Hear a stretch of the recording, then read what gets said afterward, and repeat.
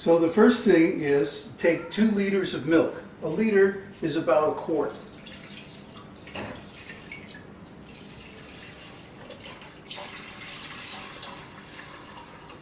This is whole milk, super homogenized, and that's just fine for making cheese. Put it on a medium flame. The point here is you don't want the milk to burn. It has to heat up gradually until it boils. Boiling milk is a whole thing. Milk is very complex stuff. Sometimes it acts like a liquid, sometimes it acts like a solid. Sometimes it acts like a colloidal suspension, similar to clay or mud. So when you boil milk, first thing, you have to use a flat bottom spoon to make sure it doesn't stick.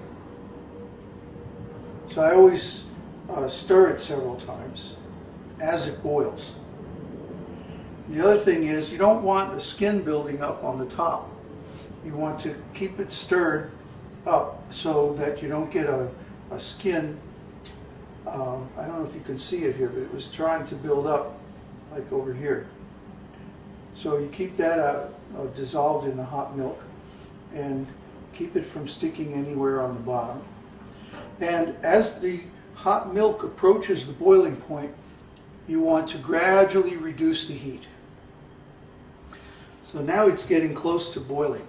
And I don't know if you can zoom in on this and see these little bubbles coming to the top. And you see this film developing on the top here.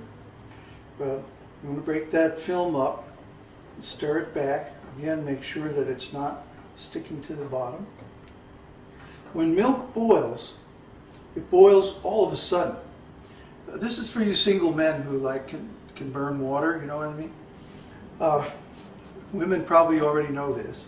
When you boil milk, it boils all of a sudden. So when it starts getting all steamy like this, and you start seeing little bubbles coming to the top, you have to watch it like a hawk, because it can boil over in literally 2 or 3 seconds. So you keep a close eye on the milk as it gets close to the boiling point. And like I said, you gradually reduce the heat. And our objective here is to bring it to a rolling boil. Now you see the milk is getting frothy on top. That means it's almost ready to start boiling. So it's very important now to make sure it doesn't stick on the bottom. It will tend to stick until it boils. Once it boils, it won't try to stick anymore. And the other thing you have to do is keep stirring this foam back into the milk so that it dissolves. Stirring moves the heat around. It prevents hot spots, and it prevents the milk from foaming up all of a sudden and boiling over. You're still going to have to watch it very closely though. And we're going to try to catch the exact moment when it actually boils. By the way, hot milk has a wonderful aroma, which I wish you could smell. But last night we were taking prasadam, and then the neighbor's cat decided to come in and visit us, attracted by the smell of warm milk.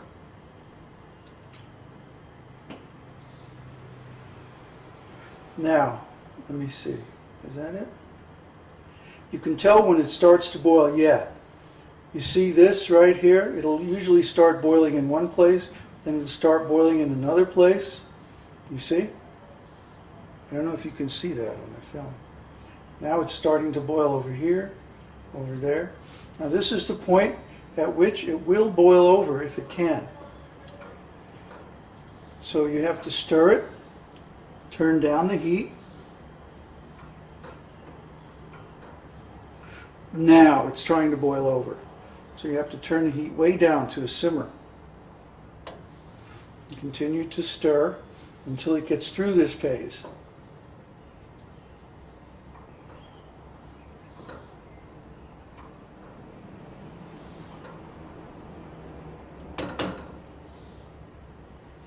Then you try turning it up a little. Now we got our rolling boil. You see? It's not trying to boil over anymore, but it's reached like a steady state. You can stir it a little bit, keep the bubbles down. But basically, it's now boiling and it's rolling. Okay? That's a rolling boil. So now we take the lemon juice and we're going to pour this into the boiling milk and stir. Now, this is called clabbering. See? It's becoming particles, sticking together. Now, here's a trick. When it clabbers, take it off the heat for about 30 seconds.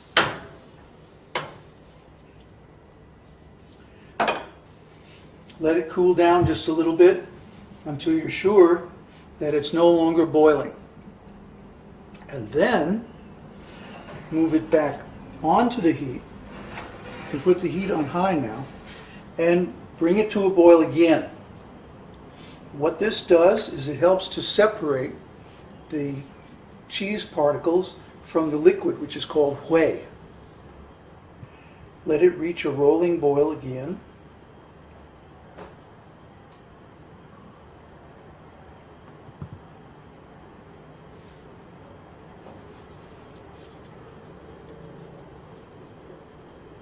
Stir it a few times. What this does is it makes the tiny little particles adhere together into bigger particles. And that will stop them from being sticky and allow you to separate out the particles from the whey a lot easier. Let it boil like that for a minute or two.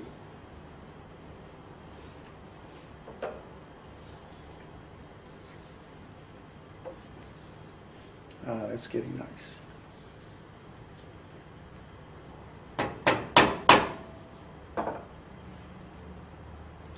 Okay, then turn it off and let it cool for 5 minutes or 10 minutes. Okay, now comes the moment of truth when we separate the curds and the whey. Take a pot big enough to hold all the curd and whey that's in the pot. And again, we take our cheesecloth and line the pot with it. Now we take the curd, still warm,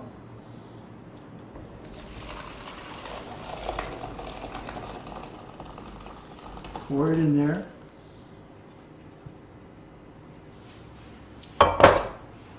Take up the corners of the cloth.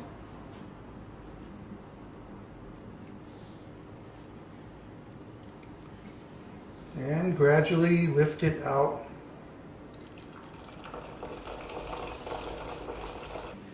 And no, it's not a lynching, but we're going to take our cheesecloth and hang it up again to gradually let the whey drip out.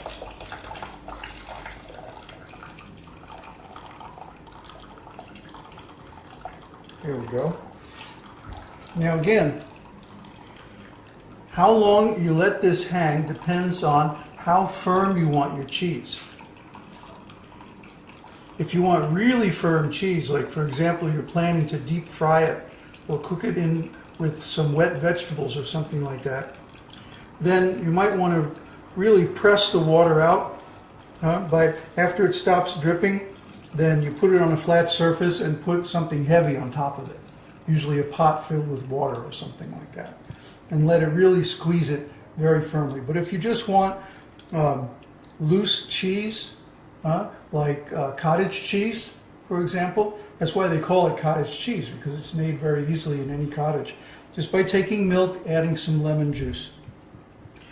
And what's dripping out of here, this green tinted liquid, is called whey. And this stuff is wonderful soup stock.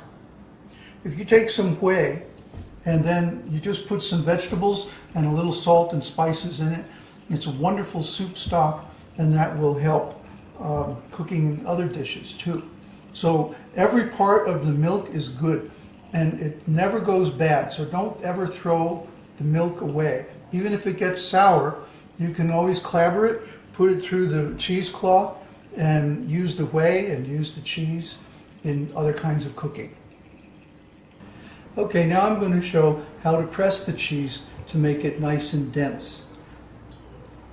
Once the cheese has stopped dripping, or pretty much stopped dripping,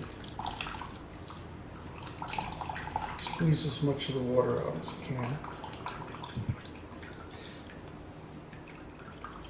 And then we take our little bag of cheese, put it on something firm, and take a pot full of water.